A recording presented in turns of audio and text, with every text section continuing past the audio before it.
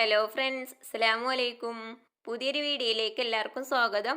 ഇന്ന് ഞാൻ വന്നിട്ടുള്ളത് ബ്രെഡും പാലും ഉണ്ടെങ്കിൽ എളുപ്പത്തിൽ ഉണ്ടാക്കിയെടുക്കാൻ പറ്റുന്ന പുഡിങ്ങിൻ്റെ റെസിപ്പിയുമായിട്ടാണ്.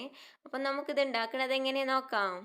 പുഡിങ് ഉണ്ടാക്കാനായിട്ട് മിക്സിൻ്റെ ജാർക്ക് 5 കഷ്ണം ബ്രെഡ് അതിൻ്റെ സൈഡ് ഭാഗമൊക്കെ മുറിച്ച് മാറ്റിയിട്ട് ഇതുപോലെ ചെറിയ കഷ്ണങ്ങളാക്കിയിട്ട് ഇട്ട് കൊടുത്തിട്ടുണ്ട്.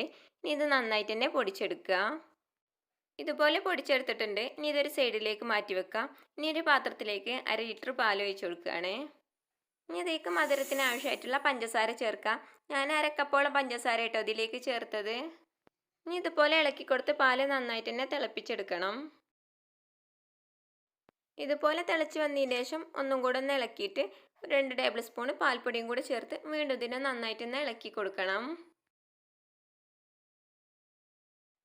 ഇനി ചെറിയൊരു മഞ്ഞ കളർ കിട്ടാൻ വേണ്ടിയിട്ട് 2 നുള്ള മഞ്ഞൾപ്പൊടിയും കൂടെ ചേർക്കുകയാണ്. മഞ്ഞൾപ്പൊടി ചേർത്തെന്ന് കരുതി മഞ്ഞൾപ്പൊടി ടേസ്റ്റ് ഒന്നും ഉണ്ടാവുമൊന്നുമില്ല. ഇതിന് പകരം നിങ്ങൾക്ക് മഞ്ഞ ഫുഡ് കളർ ചേർക്കാം. അല്ലെങ്കിൽ കുങ്കുമപ്പൂ ഉണ്ടല്ലോ, അത് 2 നുള്ളി ചേർത്താലും മതി. മഞ്ഞൾപ്പൊടി ഇട്ട് കൊടുത്ത് ഇളക്കിയതിന് ശേഷം നേരത്തെ പൊടിച്ച് വെച്ച ബ്രെഡ് ഇതിലേക്ക് ഇട്ട് കൊടുക്കുകയാണ്. എന്നിട്ട് നന്നായിട്ട് തന്നെ ഇളക്കി കൊടുത്തതൊന്ന് കുറുക്കിയെടുക്കണം.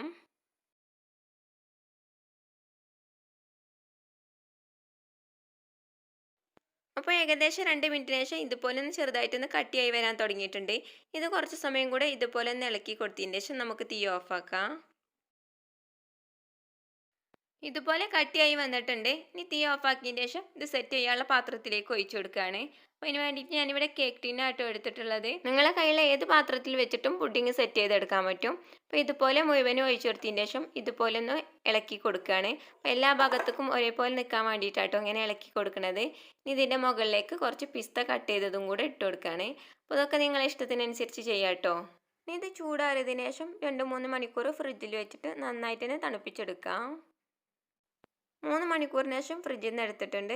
അപ്പോൾ ഇത്രയുള്ളൂ നല്ല ടേസ്റ്റി ആയിട്ടുള്ള ബ്രെഡും പാലും ഉണ്ടെങ്കിൽ എളുപ്പത്തിൽ ഉണ്ടാക്കിയെടുക്കാൻ പറ്റുന്ന പുഡിങ്ങാണ്. അപ്പോൾ നിങ്ങളെല്ലാവരും ഇതുപോലെ ഒന്ന് ഉണ്ടാക്കി നോക്കിയിട്ട് അഭിപ്രായങ്ങൾ കമൻറ്റ് ബോക്സിലൂടെ അറിയിക്കുക. നിങ്ങൾക്ക് എൻ്റെ റെസിപ്പി ഇഷ്ടപ്പെട്ടാൽ സബ്സ്ക്രൈബ് ചെയ്യുക, ലൈക്ക് ചെയ്യുക, നിങ്ങളെ ഫ്രണ്ട്സിനും ഫാമിലിക്കും കൂടി ഷെയർ ചെയ്ത് കൊടുത്ത് സപ്പോർട്ട് ചെയ്യുക. ഇൻഷാ അല്ലാഹ് അടുത്ത വീഡിയോ ആയിട്ട് വരുന്നത് വരേക്കും അസ്സലാമു അലൈക്കും.